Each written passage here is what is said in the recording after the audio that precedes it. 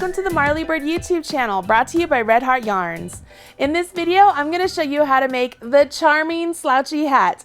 This hat is super wonderful to make, and you will learn a lot of things making it. Whether you're a new crocheter or experienced crocheter, there's going to be something for you in this video series. Let me show you what you need to get started. For the Charming Slouchy Hat, you will need one ball of the brand new Red Heart Boutique Unforgettable Waves yarn. This yarn comes in many different colorways. You can see just 6 colorways right here, and they have a really great variety. Whether you want to go really fun and funky with a lot of color, or play it safe and do something really subtle with shades of brown and blue, or maybe just a bunch of blues. The sky's the limit. You can really make this project as loud as you want it to be. Now, if you're like me, you like purple, so you will gravitate to this particular colorway called Grape Berry. This is my favorite one. It's so pretty, and this is the one I will be using today. Along with one skein of Unforgettable Waves, you will need a size J crochet hook, which is a US size 10 or a 6mm. Along with the J crochet hook, I like to use a bent tip tapestry needle, and then don't forget your free pattern, which is available on redheart.com. You can find a link to that right down there in the video notes, and while you're down there, be sure to smash that like button, as my kids say, because I know you're going to like this video and you're going to love this hat. So just get that out of the way. Grab your materials, grab your free pattern, and let's jump into this really great project. Red Heart Unforgettable Waves yarn is a long color changing yarn, meaning the yarn is going to do all the work for us. We don't have to change colors to get this great color effect on our hat. When you look at the yarn, you can see all the various shades of color right here. And what's great is that those color changes don't actually change color for a long period of time, which allows you to make several stitches and get a very nice shaded look to your yarn. The yarn comes in a ball like this, and you can take the ball band off and unwind it from the outside, or go ahead and reach into the center and find the center pull. Sometimes you'll get really lucky and just find the center bit. Other times you're going to be like me and have to pull out all these yarn guts. Oh, look, okay, so they're safe. I'm going to tuck those in because I found my end right here. Once you find your end, we will begin with a slip knot. For a slip knot, place the tail of your yarn in the palm of your hand. Take your working yarn, wrap it around your forefinger and middle finger, and when you come up, cross over. Turn your hand over, go underneath the first loop and grab the second loop and pull. You now have a slip knot. Place the slip knot directly onto your hook, and remember that this slip knot does not count as a stitch, and that's forever true in all of your crochet. So if this is your first crochet project, you will not count this as a stitch. Now, depending on where you start in your yarn, you will notice that this yarn comes with purposeful slubs in it. That's what makes it the wave look. So you have a really nice tight spun, and then you'll get a slub. That's totally natural. That's the beauty of this particular yarn. And it doesn't matter at which point you start or where you have your slip knot. That's just start it off and put it directly onto your hook. We will begin by chaining 9. To do a chain, you will yarn over your hook and pull that yarn over through the loop that was just on your hook. That's 1. Yarn over, pull through. Yarn over, pull through. Now, because of these slubs and the natural just twist of the yarn, you want to make sure that you do not accidentally over tighten the yarn where it's extra twisted, and then not tighten very much the yarn where it's super twisted. You want to keep things very consistent. To do that, just make sure that the loop that's on your hook maintains the size of the shaft of your hook. So this circle bit here, where it's not tapered, that determines the size of your stitch. So you want to make sure that this loop that's on your hook always maintains that size, and then you'll have consistency. Let's count how many stitches I have. 1, 2, 3, 4, 5, 6, 7, 8, 9. Now I will do a slip stitch in the second chain from hook. Remember that the chain on your hook never counts as a stitch, so we'll skip that one, and this is my second chain from hook, and I will put a slip stitch into the back leg of that stitch. So you can see the chain resembles a V, and I'm going into the back leg. Yarn over my hook, pull up a stitch. Now this is a slip stitch. You ready? We're going to pull that stitch directly through the loop on our hook. We'll go into the next stitch over, going into the back leg, yarn over, pull up a loop, and pull that loop through. We're just doing slip stitches. Yarn over, pull up a loop, pull that loop through.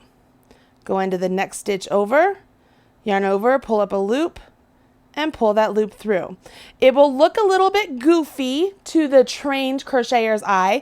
You might be like, I don't know if I'm doing it right. It's kind of hard to see because of the slubs in the yarn. Just trust me, as long as you keep those stitches the same size as your hook, you will have no problem. Just keep doing the slip stitch all the way down this row because that's what the entire brim of the hat is. It's one big slip stitch. And the reason the designer, Christina Mershon, did that is because you get a really great elasticity to the brim of the hat by doing slip stitches. When you're to the end of the row, you will have 8 slip stitches, and you can count those by looking for the V's and count the V's. So 1, 2, 3, 4, 5, 6, 7, 8. On your 8th one, you will chain 1 and turn. Now working back along this row, we want to work into the back leg of those slip stitches we just formed. So naturally, when I hold my work, it looks like this, holding it in my hand, right? And I might be fooled and think that is the back leg, right? Because it looks like I'm creating V's. When in actuality, these stitches right there, that's the row below. The row I just worked, so that's the row below I just worked. The row I just worked is kind of tilted back here. So if you tilt your work a little bit, you'll be able to see this V and then go into that back leg of that V, yarn over, pull up a loop, and then pull that loop through the loop on your hook. Remember this loop right here, so after you do your chain 1, make sure you don't accidentally make that tight. Trust me, I know I did this on a couple of mine. If you make it too tight, when you come back down the next row, finding the back leg of that stitch is a little bit difficult. Then you just carry on, you guys. You go into the back leg of the next stitch, yarn over, pull up a loop, and then pull that through. Go into the next back loop of the next stitch, yarn over, pull up and through. See how this works?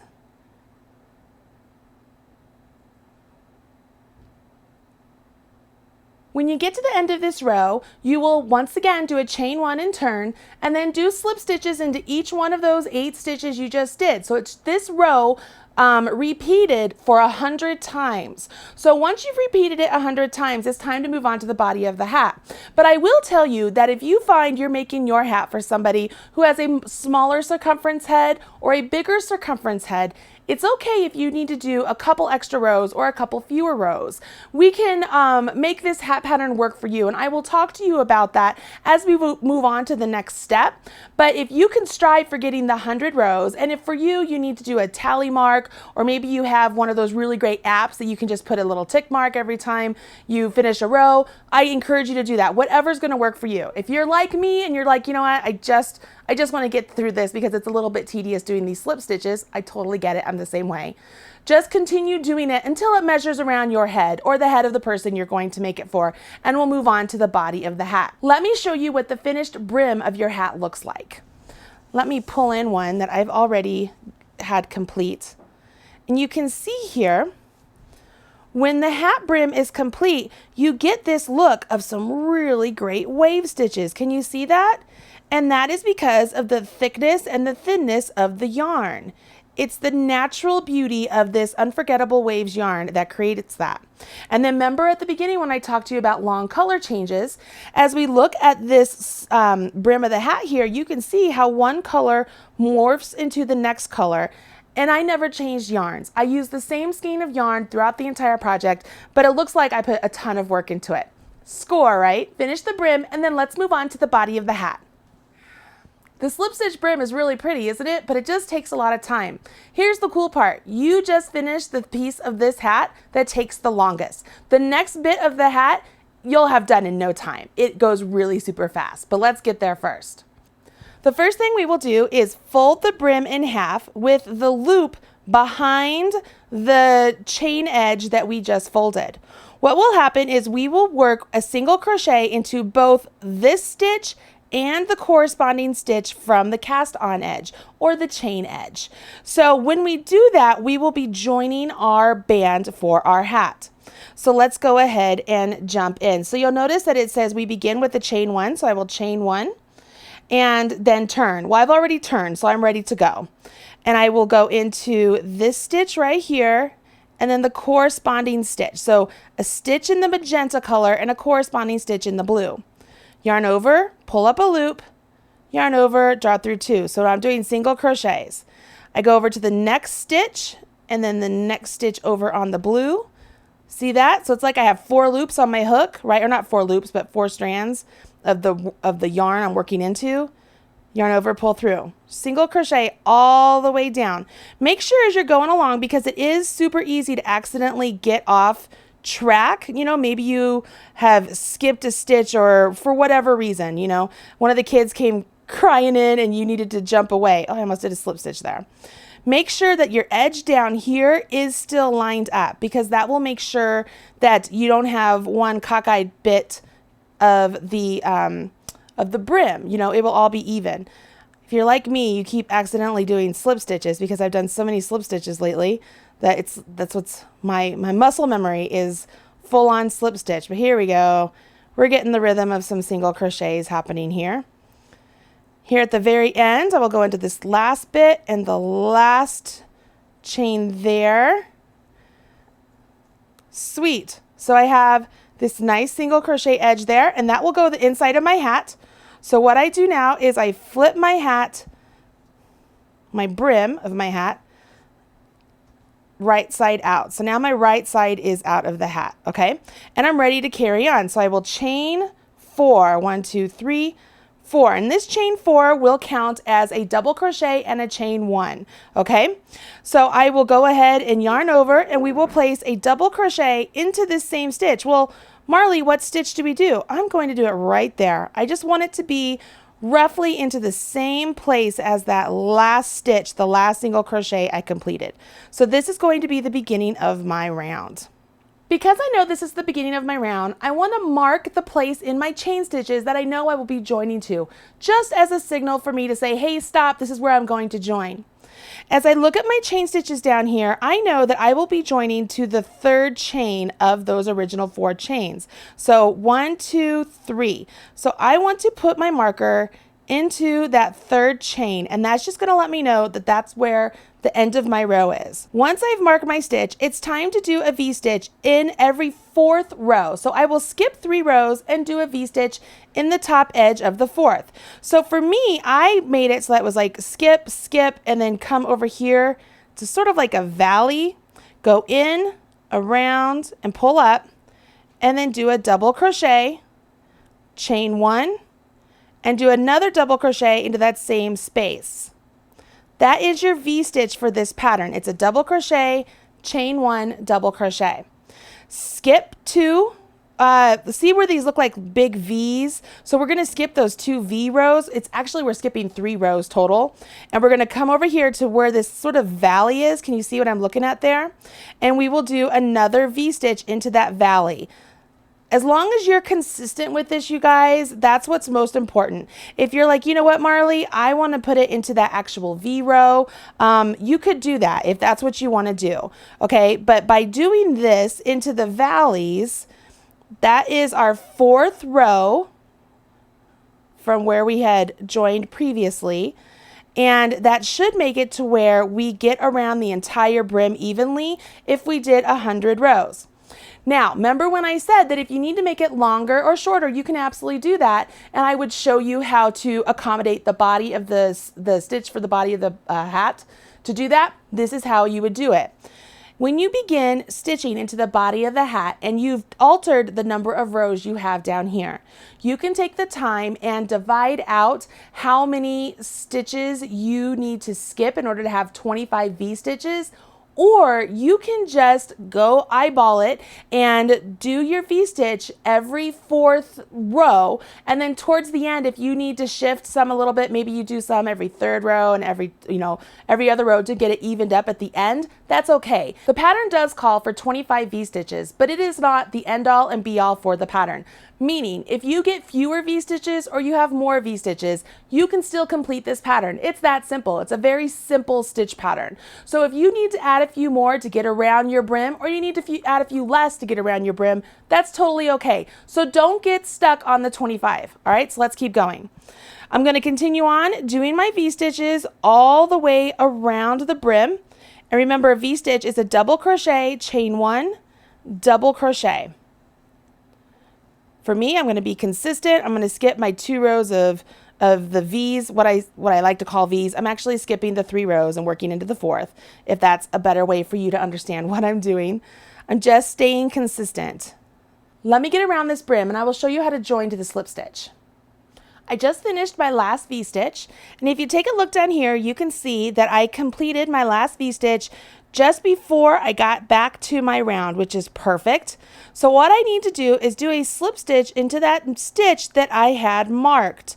Do you have to mark that stitch? No, you don't. If you are comfortable enough to know where the 3rd chain is of the turning chain, you can absolutely just do that. But I know that some people really do enjoy marking stitches.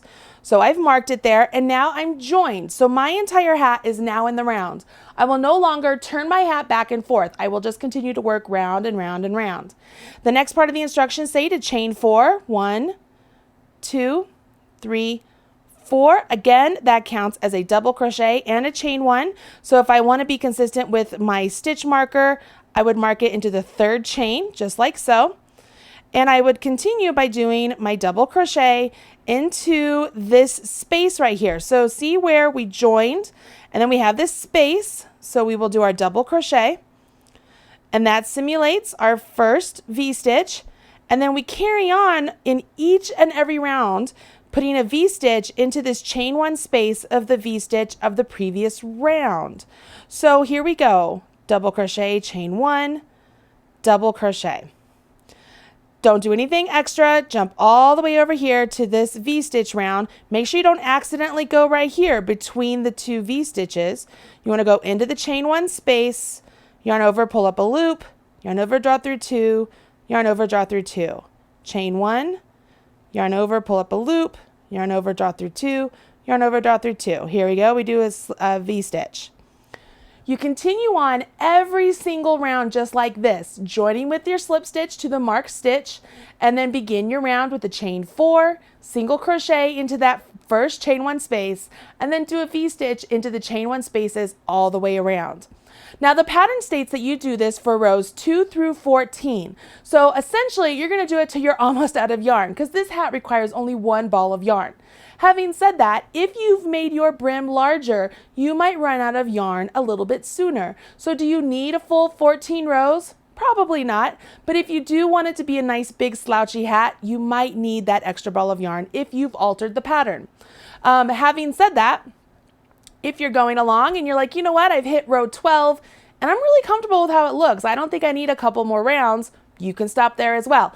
This is your hat. Don't be a slave to the pattern. You can make this as slouchy or as unslouchy as you wish. So go ahead, finish the body of the hat through row 14 or whatever row you choose, and then we will do the finishing crown shaping and your hat will be done. The body of my hat is complete and I'm ready for the final shaping of the crown. I've joined 2 with a slip stitch to my very first V-stitch, and it's time for me to chain 3. Now I'm going to do a double crochet 2 together into the top 2 chain 1 spaces of these V-stitches. So I yarn over my hook, go into the chain 1 space, yarn over, pull up a loop, yarn over, draw through 2. Yarn over my hook, go into the next chain 1 space, yarn over my hook, pull up a loop, yarn over my hook, draw through 2. So I have 3 loops on my hook, yarn over, draw through all 3. Now I will do that once again. I'm going to do that into each V-stitch all the way around. Yarn over my hook, go into the next chain 1 space, yarn over my hook, pull up a loop, yarn over my hook, draw through 2. Yarn over my hook, go into the next chain 1 space, yarn over my hook, draw up a loop, yarn over my hook, draw through 2. Yarn over my hook, draw through all 3 loops. When you do double crochet 2 together, you're essentially partially completing double crochets and then joining them all together to form 1 stitch. So you'll notice that I am working the first part of the double crochet with that first yarn over, but then I pause and move over to the next chain one space. Once I get all the loops on there that I need, or my partial double crochets, I yarn over and draw through all 3. I just rotate my hat around and adjust so that way I can get to the next chain one space, and voila, I will have a finished hat. This is one of the easiest crown shaping I have ever come across in hat patterns. And it's brilliant because the V-stitch is so versatile and easy to accomplish and adjust. Even if you've adjusted the number of V-stitches you have, you can still do this top crown shaping with the double crochet two togethers. It might come up that you are left with 1 V-stitch to work into. It will just be as simple as doing a half double crochet and then joining to your 3rd chain of the turning chain to complete that last V-stitch. It's a really easy thing to do, and I will show you how to do that just in case there's those of you out there who've adjusted the number of V-stitches you've completed. Let me get to that point.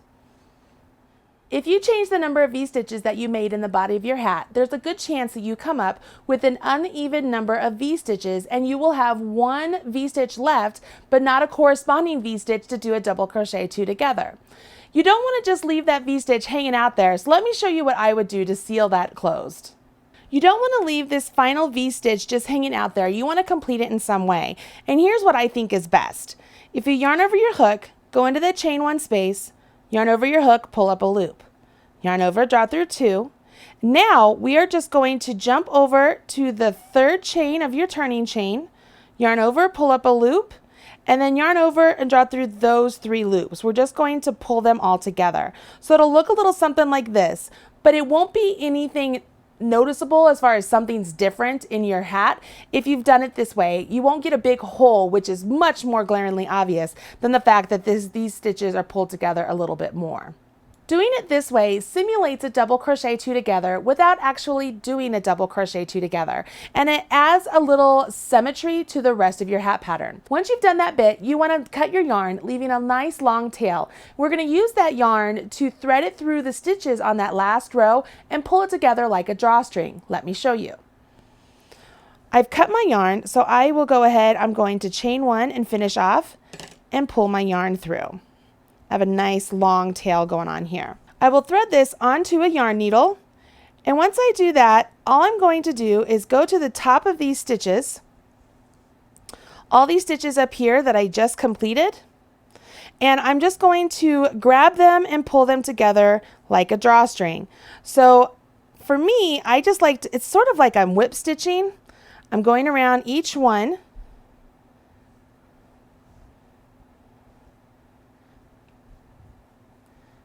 And as I do that, when I'm all done, I'll be able to pull this together and it should close like a drawstring. Now to hold the drawstring closed, it'll be very important that I weave in my ends to the inside properly. Otherwise, it'll open like a drawstring, right?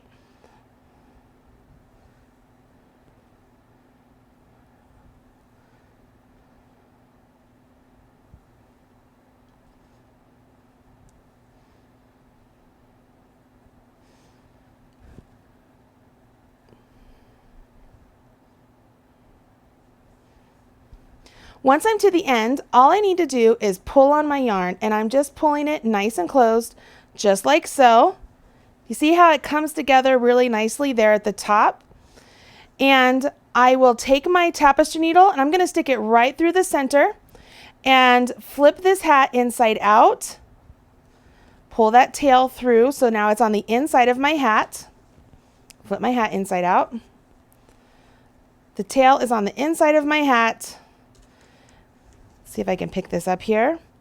I want to make sure this is still pulled nice and tight. Remember, I don't want it to come undone. And so this is my center bit. Right there is my center, and there's like the puckered bit of the drawstring.